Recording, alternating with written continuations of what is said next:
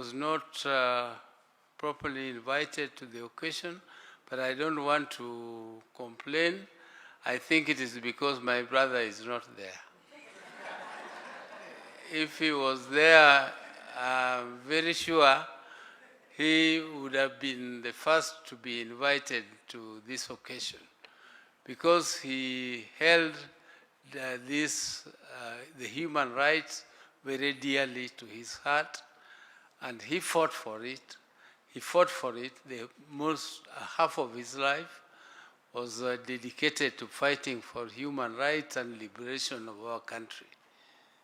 And I am from a family of Jaramogi Oginga Odinga, the first Vice President of Kenya, who also fought for the independence of this country and kept on, though he became Vice President, but only for a very short stint. He enjoyed that, but he then went into the opposition. I came from abroad and found him already deeply in the opposition. And from that time, that was in the early 70s, from 1970. Lived the life of demonstration. Junet says he started in 2002. We started from 1970. So the struggle has been long. It has taken very many years for Kenyans to change constitution. And now we have a new constitution, which is a very, very progressive constitution. It is the most progressive constitution, I think, in the Eastern and Western Africa. And this constitution gives provision, specific provision for human rights. And I'm very, very happy that the President, His Excellency, the President and my brother were working very closely on the issues of human rights. When we joined the President in this broad-based arrangement, one of the issues which was of concern to my brother was the issue of human rights.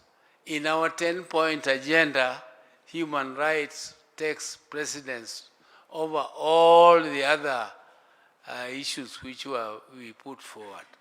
And I'm very happy, Your Excellency, that today at least this matter is being, at least we have started to conclude this very, very dear issue of human rights. And by calling it compensation, but it is not compensation. You cannot compensate a human life. Human life cannot be compensated, but what we are compensating, what we are doing is saying sorry to the families who lost their loved ones by giving them a token so that they can feel recognized that at least they contributed to the progress we are enjoying today. And therefore, Your Excellency, the process which is being concluded today, I'm very sure you are fully aware that this was initiated by you and my late brother, and I was there. When this process was initiated, it was Professor Mutua to carry it out. You know, us politicians, sometimes we like shortcuts, but the court told us, no, it is not Professor Mutua to implement it. You go slow, it is the Human Rights Commission which should implement it, and the guidance of the court was taken, and the courts and the human rights are doing a good job. They have started to do what is actually symbolic in this process, and we appreciate them very much. I did not listen to their report fully, so I cannot comment on what they said. But Your Excellency, I appreciate the process itself, and I hope very soon they will start to touch the soul of those who are to be compensated, those who are to be not compensated, those who are to be recognized and given some token. And I'm sure this is not the end, this is the beginning. And we hope that our country will never, going forward, will not have human rights violations at all. But let us establish this law, which we say is absent. Personally, I thought something had been done in Parliament to establish this law or to operationalize the Human Rights Act, but provision in the Constitution. But I don't know, we have been with you for a long time in this Bunge. But somewhere in the corner of my thoughts, I thought that such a law had been created, and I remember that you had to give some notice to police 5 days before. Just notice, not apply for permit. You give them notice and they provide you with security, and you state exactly from where you want to demonstrate up to where, from what time to what time, so that security can be provided for you to do demonstrations. I thought there was something like that, but if it is not there, then let us expeditiously establish one so that we can have a law which guides demonstrations so that Kenyans can demonstrate peacefully without being disturbed and being protected by their own police, because they are the ones who pay the police. Let Kenyans pay the police who protect them, not the police who kill them. Because if you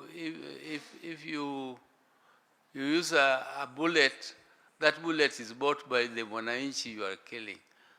So we should not allow that situation where our own bullets are used to fight, to kill our people. And let Kenyans know that when you go to demonstrate peacefully, you don't carry a machete, you don't carry a stone, and you don't carry any weapon at all. You just go to demonstrate. And if you see anybody carrying a knife or carrying a stone, you know that that is a goon. And those goons are not few. There are very many.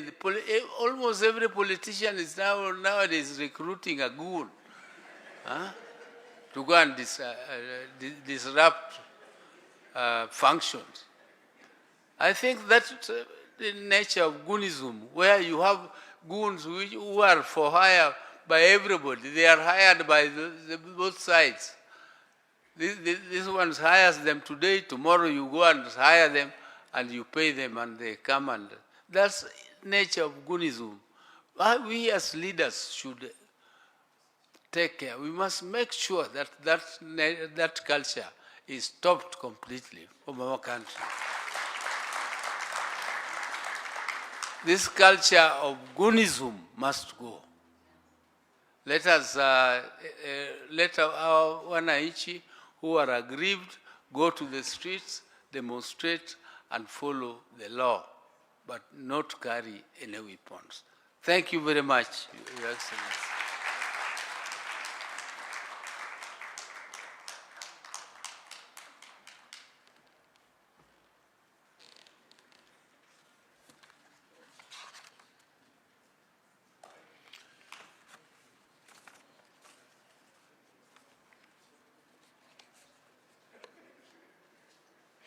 Your Excellency, sir, permit me now to invite His Excellency the Deputy President, Professor Kithure Kindiki, to come and make his remarks, and later on invite you to address the nation.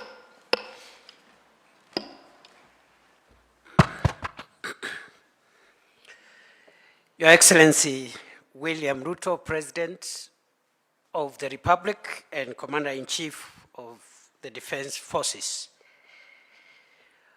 all protocols observed.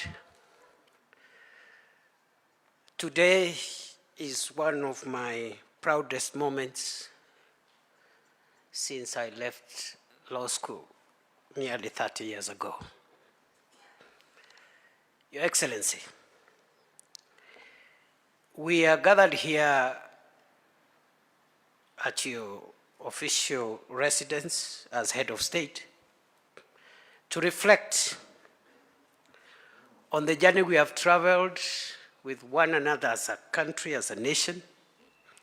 And I think, Mr. President, because my speech will not be more than 3 minutes, allow me to just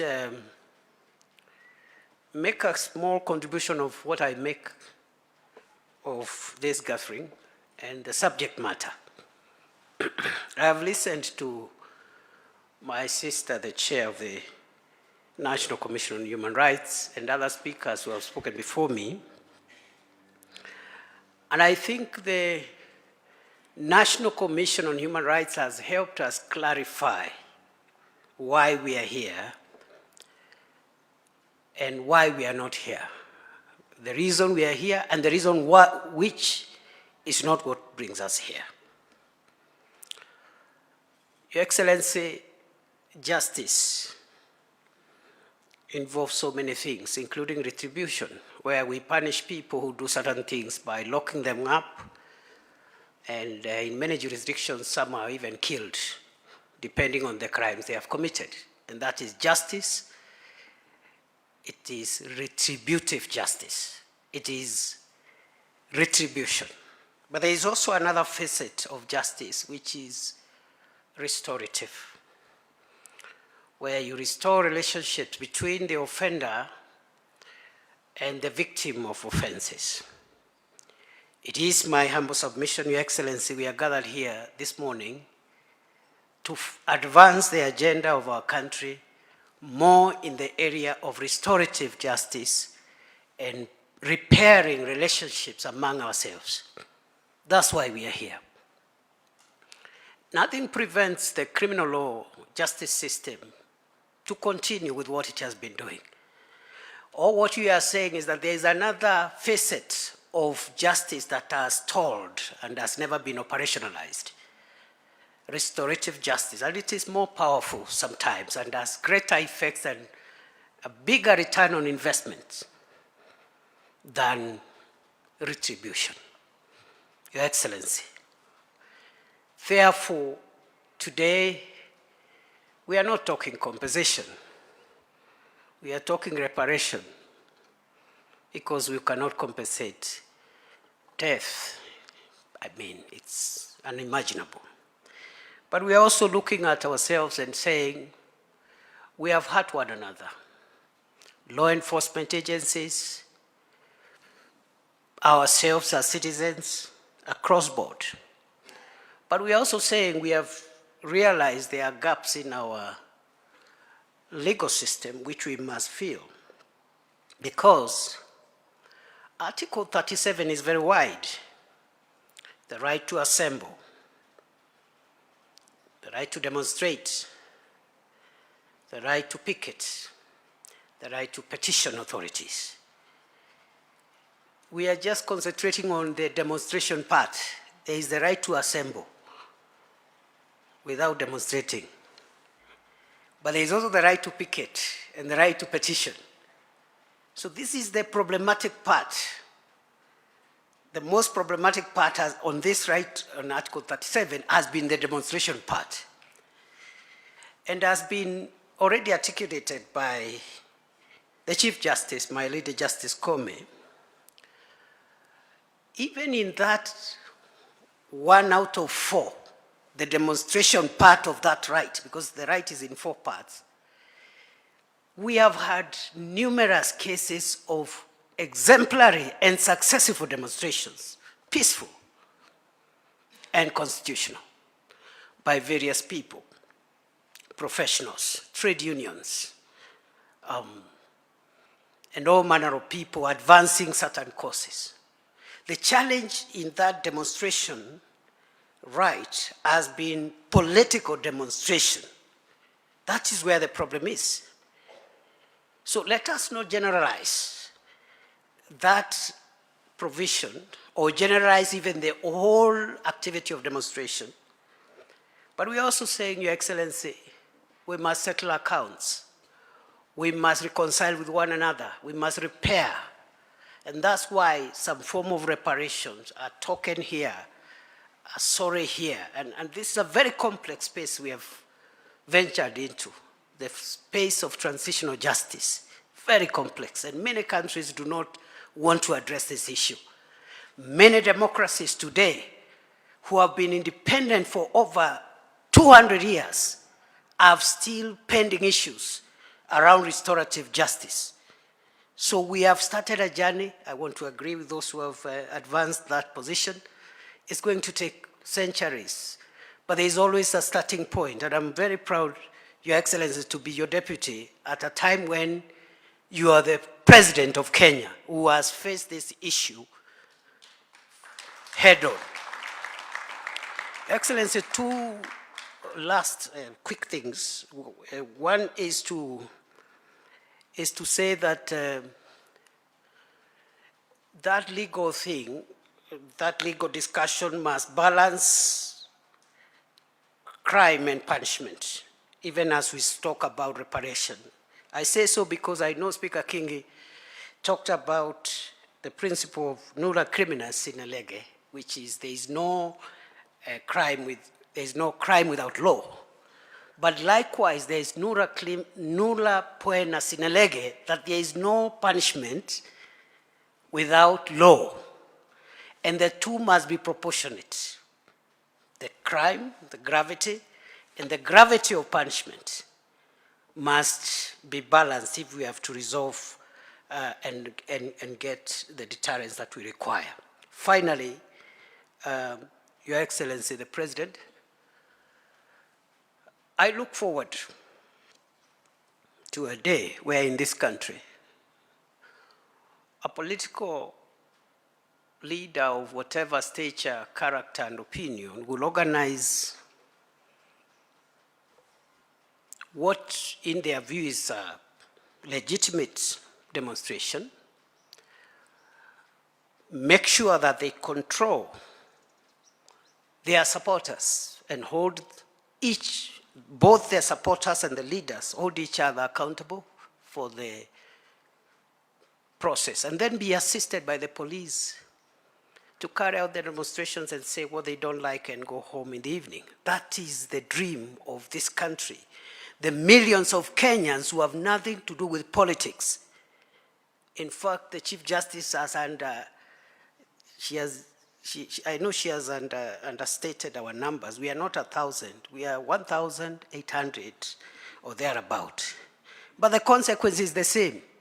2,000 people cannot frustrate 55 million Kenyans who do not earn their living from politics like us. And we must be called to order, and we must make sure that we don't make this country dangerous for the 55 million Kenyans that do not earn a living from politics. With those many remarks, Your Excellency, colleagues, allow me to request that we stand as we welcome the head of state, President William Ruto, to come and address us, and please a round of applause for His Excellency, the President.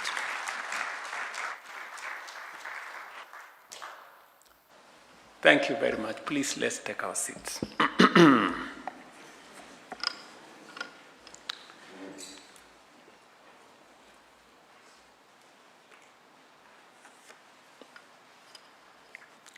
Distinguished guests, Excellencies,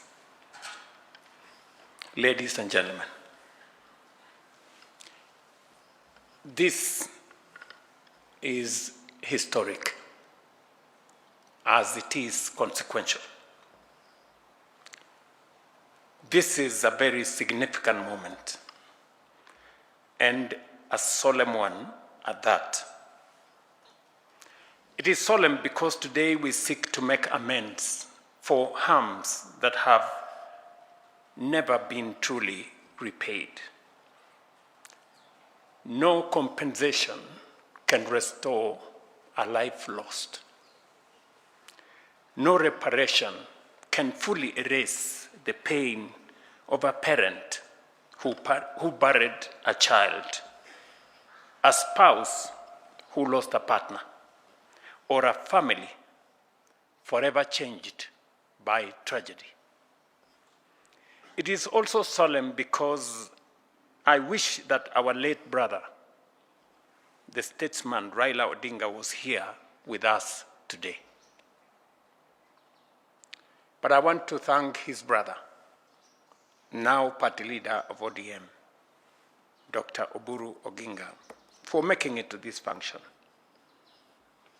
And party leader, I want to apologize for the late notification for this meeting. Although you have spoken and made a statement that is more profound than those who prepared to come for this meeting.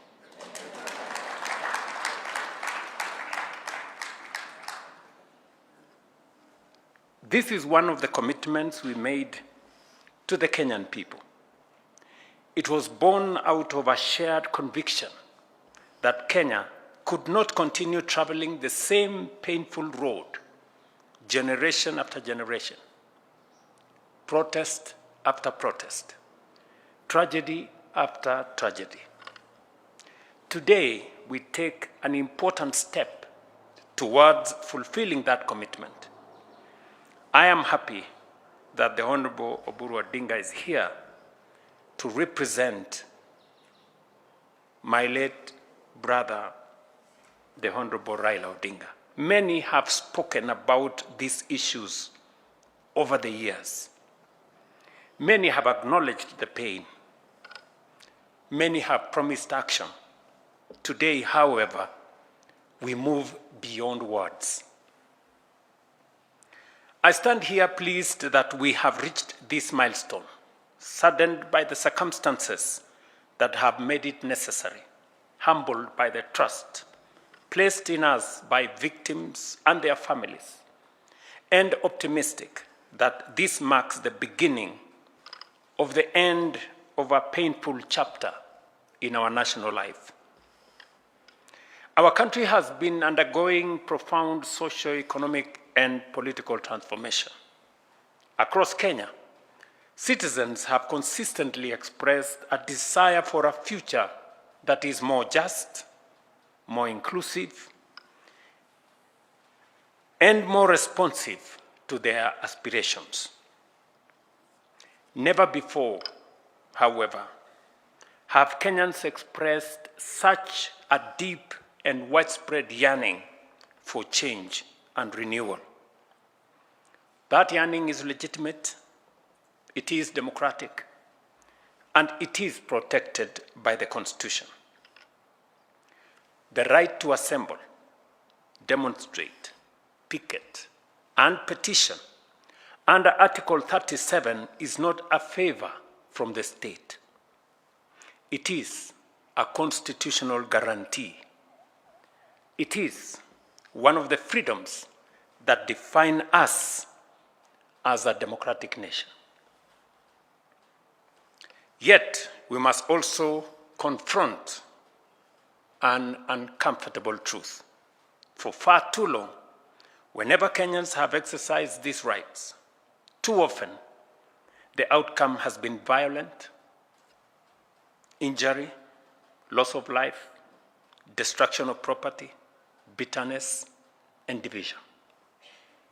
Families have buried loved ones. Young people have carried physical and emotional scars. Businesses have been destroyed. Police officers have been injured. Communities have been left traumatized. We must also acknowledge a difficult reality. there has been instances where the response to public demonstrations has resulted in excessive use of force, violations of rights, and loss of life. Equally, there has been occasions when legitimate protests have been infiltrated by criminal elements, leading to violence, looting, destruction, and harm to both citizens and law enforcement officers. The truth is that whenever this cycle unfolds, Kenya loses, citizens lose, families lose, businesses lose, the police lose, and our democracy is diminished. Then, almost predictably, the blame game begins. One side points to police brutality. Another points to criminal elements and organized violence, to goons. Politicians trade accusations. Television studios fill with rage and outrage.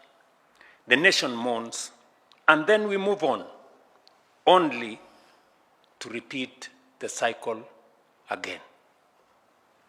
Perhaps what is most painful is how easily the suffering of victims is sometimes reduced to political slogans. It is easy to exploit public grief for political gain. It is easy to seek headlines, applause, and partisan advantage. What is much harder is to sit with the families who have lost loved ones, to listen to those carrying physical and emotional wounds years after the cameras have left, to comfort those whose businesses were destroyed, whose livelihoods disappeared, and whose futures were altered forever. That is why we must resist the temptation to turn national tragedy into political theater. The lives of Kenyans are too precious, the wounds too deep, for us to treat them as instruments of political competition. For decades, successive political generations have condemned these tragedies without fundamentally resolving them. I understand why. It is not easy to confront such issues. If you act, you are criticized. If you do not act, you are criticized. You are, in many ways and in many respects, damned if you do and damned if you don't. But there comes a point when a nation must choose action over hesitation. There comes a point when the cost of doing nothing becomes greater than the cost of trying to do something. Leadership is not about choosing what is comfortable. It is about choosing what is necessary. And so, we have chosen to act, not for ourselves, not for political advantage, but for Kenya. Our commitment is not in words alone. It is also in deeds. I remember very well when we discussed this both in the NADCO framework and also in the 10-point agenda UDA-ODM framework. And I remember the occasion that has been spoken to by the Honorable Junet and the Honorable Oburu, when I had occasion with the late Prime Minister Raila Odinga And when I told him that I had made the decision because of the consultations we had had, that it was time to compensate the victims and to set up a framework for reparations.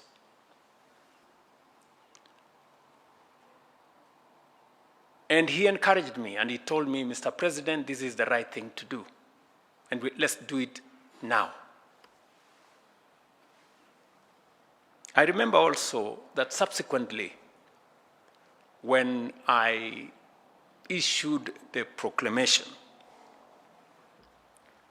Professor Makau here, who rarely asks for my time, asked for an opportunity to see me. And he came and we sat down, I think somewhere in here, and he told me, Mr. President,